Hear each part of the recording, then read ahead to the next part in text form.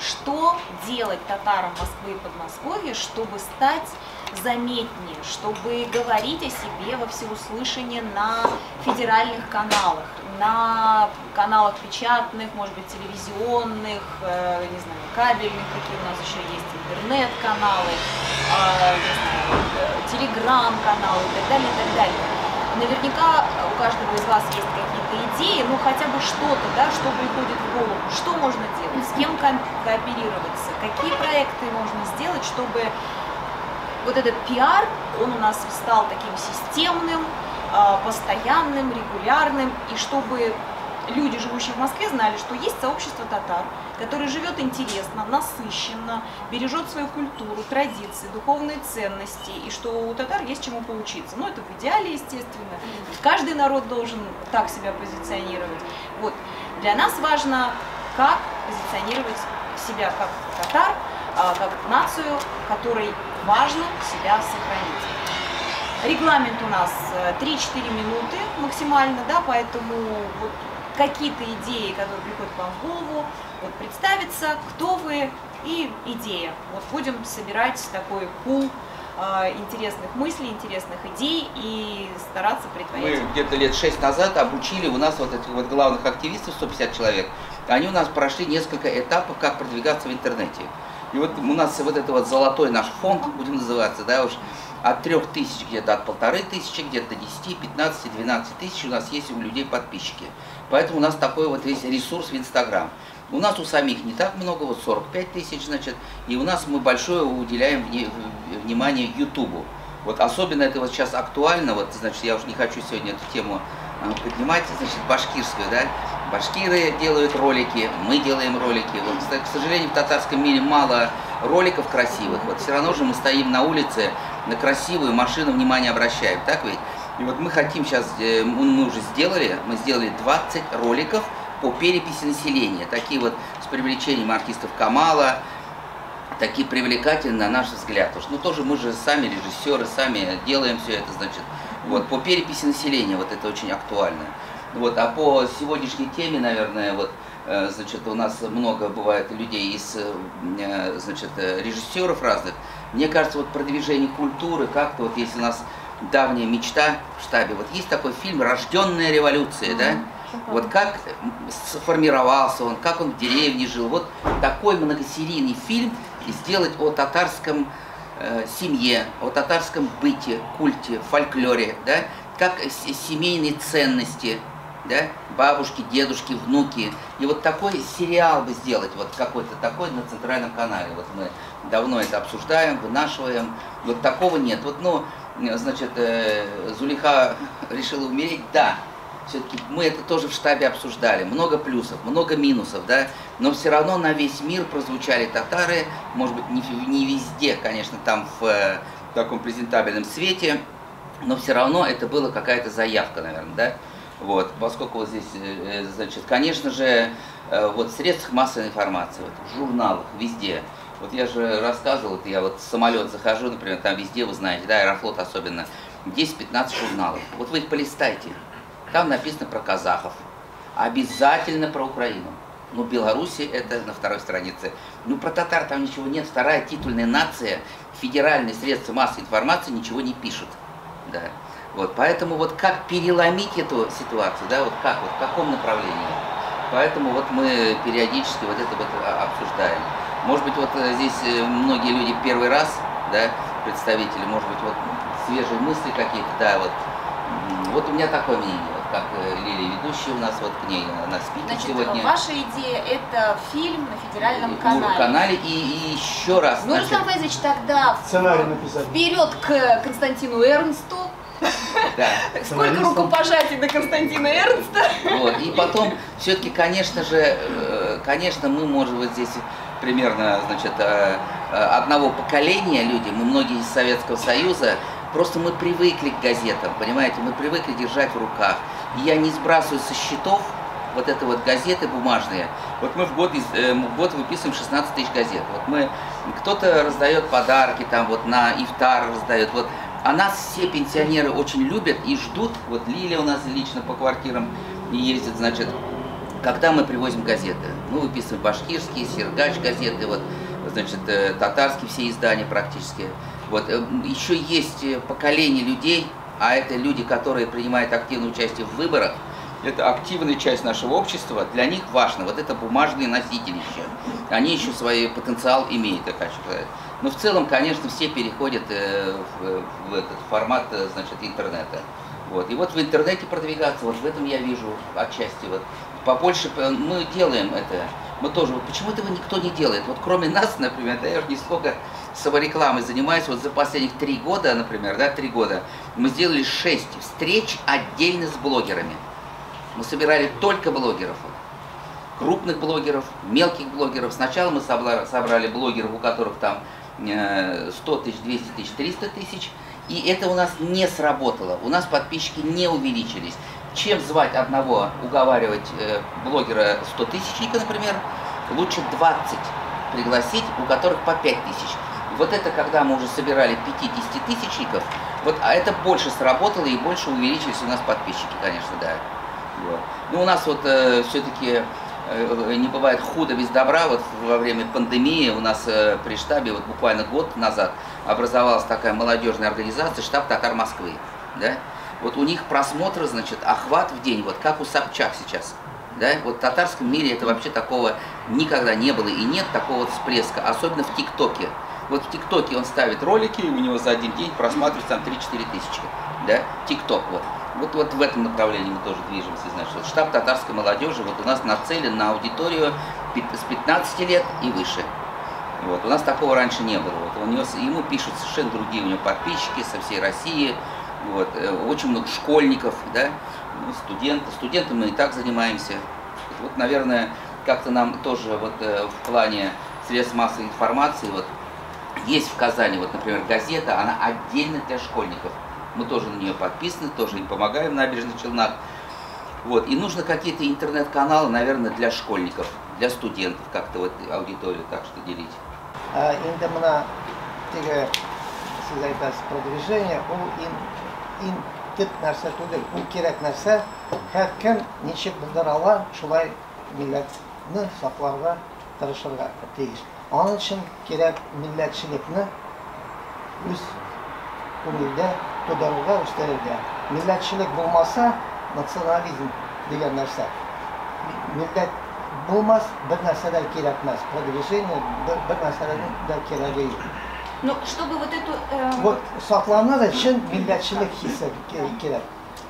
Ул булмаса, язсаң да, язмасаң да, аның бер файдасы да булмас. Менә шулай.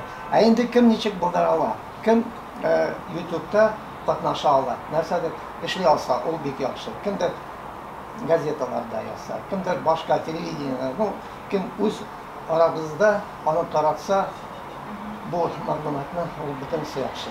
Менә шулай дип уйлыйм. Ну, менә без югалабыз. Ничек тырышсак та, тырышмасак та, biz ko'ramiz.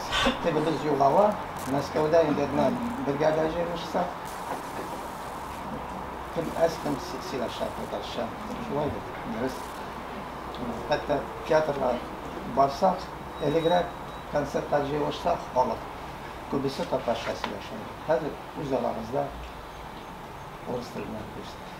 Элекке заманнарда Измаил паркына барасың, берсе сәхнәгә чыкса, урысча сөйләшә башласа, аны куп чыгаралар. Кит аннан диләр иде.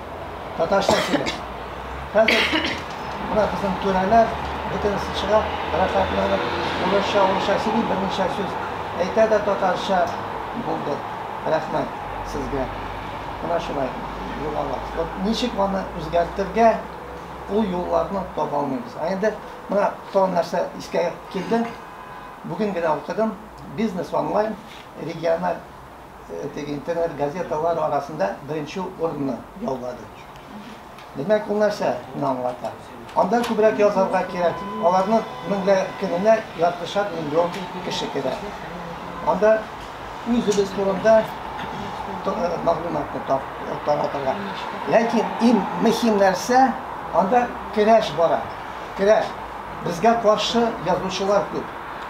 Безне яклаучылар күп. Менә һәркем анда үз теге килмәннән divarlarına başın koysa saklanırmız. Ama bizim YouTube bu narsa tek maksadı saklanu için. Не продвижение, а saklanu için.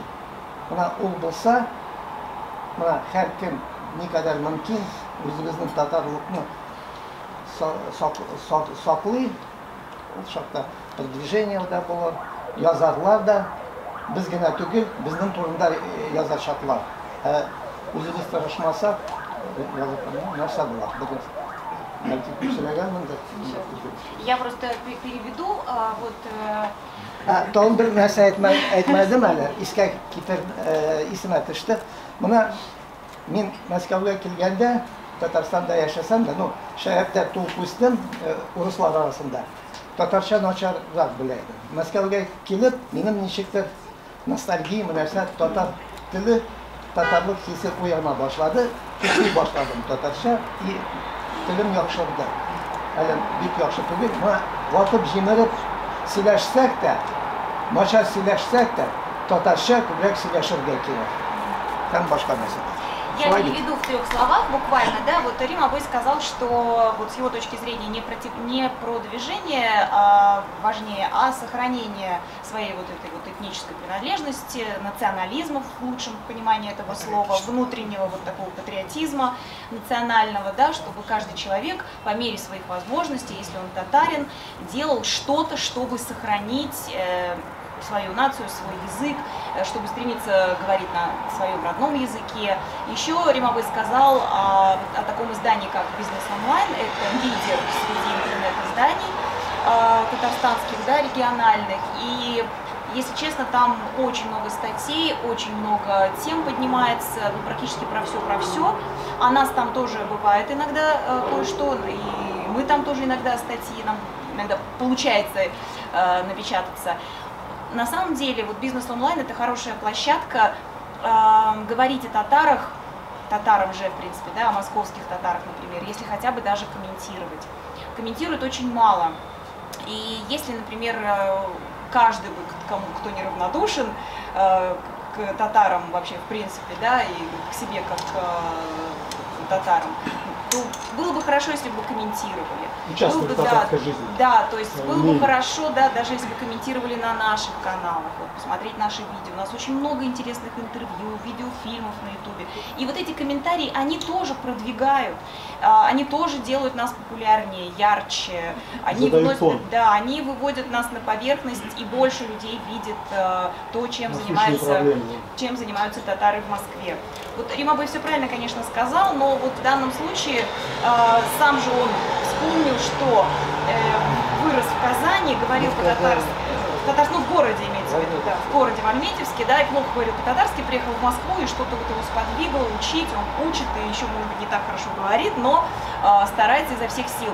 Так вот, я все-таки считаю, что вот это продвижение, оно должно стать вот одним из факторов, одной из мотиваций, которая будет направлять людей вот к татарскому языку, к татарским традициям. То есть чем больше, если мы видим что-то, да, постоянно у нас что-то на виду, у нас это как-то откладывается. Если этого на виду нет, мы об этом даже не вспоминаем, потому что информационный поток, он мощный, огромный, просто невозможно уследить.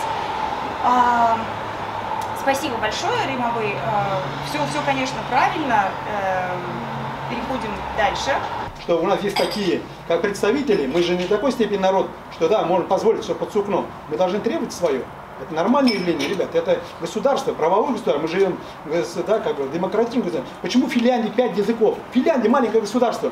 Что они до такой степени? Вы понимаете, там, по идее, жизнь Норвегии и Финляндии самый такой считается, да, как бы успешно для людей. Ну, они же не дураки, они тогда учили финский только. Почему тогда? Значит, это языки что-то дают. Языки, любой язык, испанский, русский, чувашский, татарский, он развивает наш кругозор. Это, да? А татарский дает уже, как бы, скажем, свободу 400 миллионному народу, тюркскому. Вы понимаете, да, они же не могут все 129 народностей учить язык. А выучил татарский только. Ты можешь и узбеком, и казахом разговаривать. Это же хорошо, почему нет? Вот сейчас приехали, говорят, мигранты приехали, и русский не знает, когда узбек разговаривает. Ему неприятно, он говорит, я вот не знаю. А если немножко владели бы, вы тогда, у вас не было вот этого, что о чем-то, да, как бы, чужеродным разговаривать. Это тоже хорошо, когда вот, да, и же им нужно узбеками. Они к ним приходят работать. Я об этом говорю. Федеральный канал, мы должны писать письма общественно, хорошо, да. И опять же, популяризация. У нас есть в 90-м году мы чуть татарскую борьбу повели, популяризация через наши продукты. Да? Какие у нас продукты есть? В спорте есть у нас крэш, борьба на поясах, который в 90-м году у нас были представители, чуть олимпийским видом спорта не сделал, как у японцев. Это как эмблема дзюдо, да? Это сразу понимать, что это дзюдо японец, тэквондо это кореец. Почему мы тогда такой красивый спорт, какой-то керлинг сделали олимпийским спортом, а мы не смогли? Борьба на поясах, это зрелищный, это бросковый. Это да, не то, что это там даже намного красивее даже, чем греко-римская. Об этом говорю. Надо попробовать. Вот у нас производится, да, как бы сейчас тюбетеи выпускается через кулинарные, да, скажем так. Тарямять это через все надо, не надо там как бы только через песни. Тарямять. Опять же, валенки, вот Кукмар. Кукмар производит на всю Россию.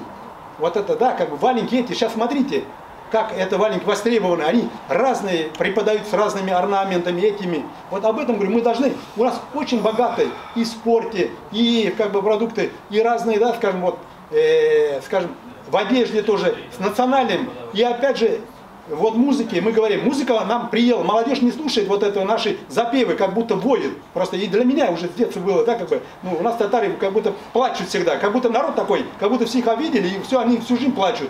Я говорю, надо этнокомпоненты. Вот сейчас группа ДДТ Шевченко, да, как бы сделал как Шевчук. Он сделал, да, там, Тала-Тала. Это как он, да, как, это же хорошо, и все смотрят. Как, оказывается, этнокультурный компонент, они в этот, надо, почему нам бояться? И опять же вот этот, Сукачев, как, Айбалабалан, да, вот это надо продвигать, немножко надо в новую тематику, а не то, что там ныть только все, Айбалабалан, Айбалабалан, как пели 100 лет одно и то же. Да, немножко. Хорошо, да. То есть нужно что? Разговаривать с музыкантами и просить их что? Бренды наши, бренды, спорт надо, да, как бы, продукты, да, через бренды ознакомливать народ с нашей культурой.